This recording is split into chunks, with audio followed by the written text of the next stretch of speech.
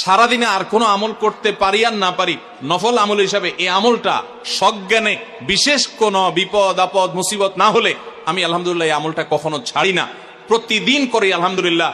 আজকেও শুরুতেও এই আমলটা আমি করে নিয়েছি। সূরা ইখলাস, সূরা ফালাক, সূরা নাস, কোরআনে কারীমের এই শেষের তিনটা সূরা এমন তিনটা সূরা যে আমাদের প্রিয় নবী সাল্লাল্লাহু আলাইহি সাল্লাম সারাদিনে সবচাইতে বেশি সংখ্যক বার যেই সূরাগুলোকে ওয়াজিফা হিসাবে আমল হিসাবে পড়ার নির্দেশ দিয়েছেন কোরআনে কারীমের, সেই সূরাগুলো হলো এই তিনটা সূরা। এই তিনটা সূরা দিনে এবং রাতে যত বেশি সংখ্যক বার পাঠ করতে হয়, অন্য কোন সূরা এমনকি অন্য কোন দোয়া এত বেশি সংখ্যক বার পাঠের নির্দেশ কোরআনে অথবা হাদিসে কোথাও দেওয়া হয় নাই।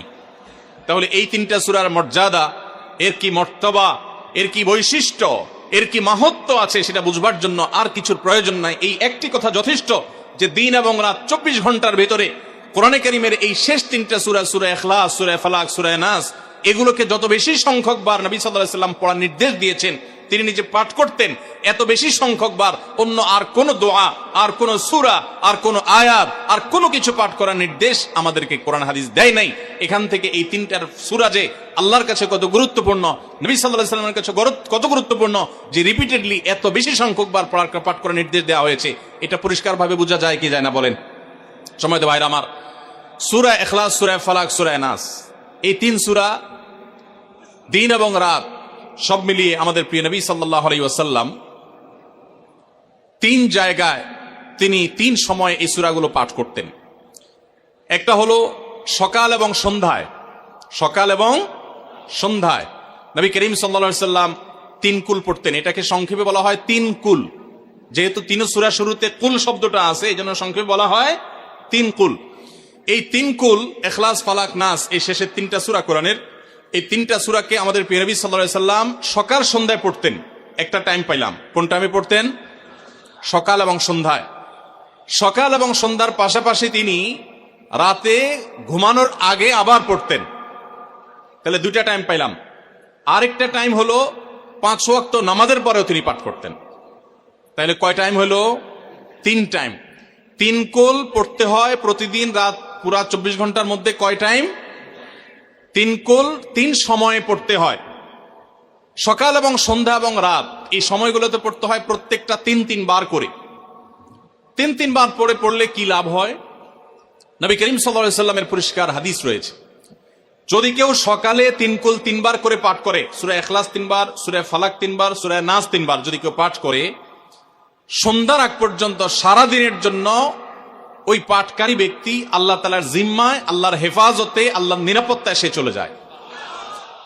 যত প্রকার অনিষ্ট আছে, ক্ষতি আছে, দৃশ্যমান ক্ষতি, অদৃশ্যমান ক্ষতি, সব ধরনের ক্ষয়ক্ষতি থেকে এবং আকস্মিক বিপদ থেকে, মুসিবত থেকে আল্লাহ রাব্বুল আলামিন ওই ব্যক্তিকে হেফাজত করেন, যে ব্যক্তি ইয়াকিনের সাথে, ঈমানের সাথে, দৃঢ়তার সাথে আল্লাহ তাআলার কাছে প্রার্থনা করে এই সূরাটা সকালে 3 বার পাঠ করে। একইভাবে যে ব্যক্তি সন্ধ্যায় পাঠ করে, মাগরিবের আগে বা পরে, আসরের পর থেকে নিয়ে মাগরিবের আগে কিংবা এশার আগ পর্যন্ত পুরো সময়ের ভিতরে যদি কেউ এই 3 কুল 3 বার পাঠ করে, তো সারা রাত জুড়ে ওই ব্যক্তি, এই পাঠকারী ব্যক্তি আল্লাহ রাব্বুল আলামিনের নিরাপত্তায় প্রবেশ করে যায়।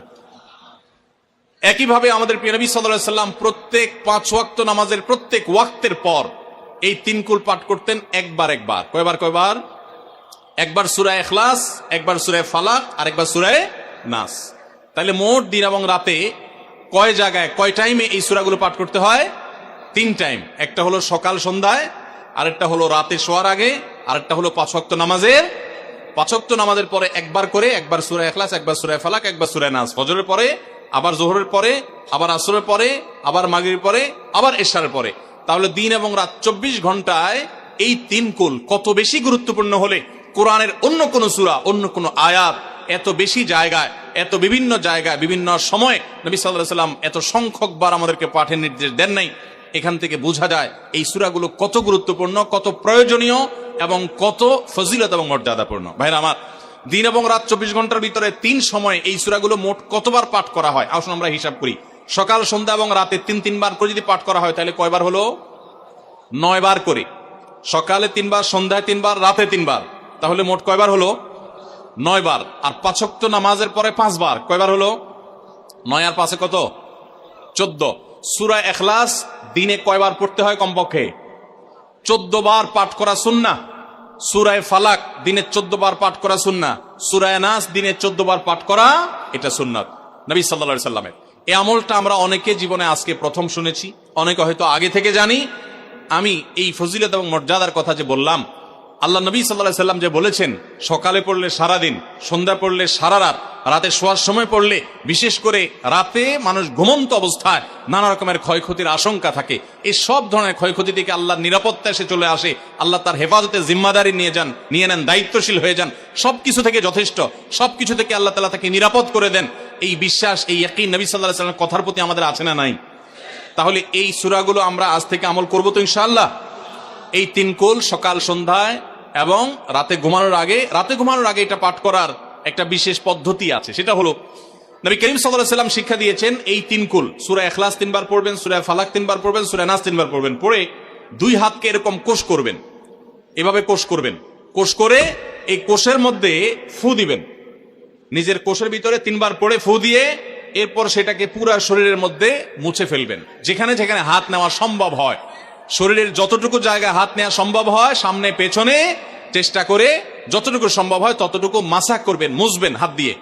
এর মাধ্যমে আল্লাহ তাআলা আপনাকে হেফাজত করবেন। ছোট ছোট বাচ্চা যারা আছে, দুধের শিশু, 2 বছর, 4 বছর, 6 বছর, যারা পড়তে পারে না এখনো বা মুখস্থ নাই, সেই বাচ্চাদেরকে মা বাবা বা তাদের কাছের কোনো লোকজন তারা পড়ে 3 বার ফু দিবেন। আবার 3 বার পড়ে নিজের ছেলে মেয়ের সবার শরীরে ফু দিয়েন না, প্রত্যেকের জন্য 3 বার। আপনারটা আপনি করবেন, বাচ্চাকে করে দিবেন। এই আমলগুলো আল্লাহ তাআলা আমাকে যেদিন জানার তৌফিক দিয়েছে, আপনাদের উৎসাহের জন্য বলি, সারাদিনে আর কোনো আমল করতে পারি আর না পারি, নফল আমল হিসাবে এই আমলটা সজ্ঞানে, বিশেষ কোনো বিপদ আপদ মুসিবত না হলে আমি আলহামদুলিল্লাহ এই আমলটা কখনো ছাড়ি না, প্রতিদিন করি আলহামদুলিল্লাহ। আজকেও শুরুতেও এই আমলটা আমি করে নিয়েছি। আপনারা সবাই আমলটা করবেন তো ইনশাআল্লাহ? কে কে নিয়ত করছেন আজ থেকে 3 কুল, এই 3 টাইম জীবনে কখনো ছাড়বেন না? একটু দাঁড়ায় হাতটা তুলে আল্লাহকে দেখাই দেন। সবাই নিয়ত করছেন তো? আল্লাহ আমাদের সবার হাতগুলোকে কবুল আর মঞ্জুর করে নিন। আল্লাহ তাআলা আমাদের সকল ক্ষয়ক্ষতি থেকে হেফাজতের জন্য আল্লাহ একাই যথেষ্ট হয়ে যান। ভাইরা আমার, তাহলে 3 কুলের আমলটা করবো তো ইনশাআল্লাহ? 3 কুল সম্পর্কে আরো অনেক কথা বলার আছে, এই 3 কুলের ফজিলত এবং মর্যাদা নিয়ে আরো বহু কথা শোনাবার আছে, কিন্তু আমি শুধুমাত্র এটুকু যথেষ্ট মনে করি আমলের জন্য। আমরা এটাকে আমল করব। আমাদের সারাদিনে সারা রাতে কত রকমের বিপদ আপদের ভয় থাকে, আশঙ্কা থাকে।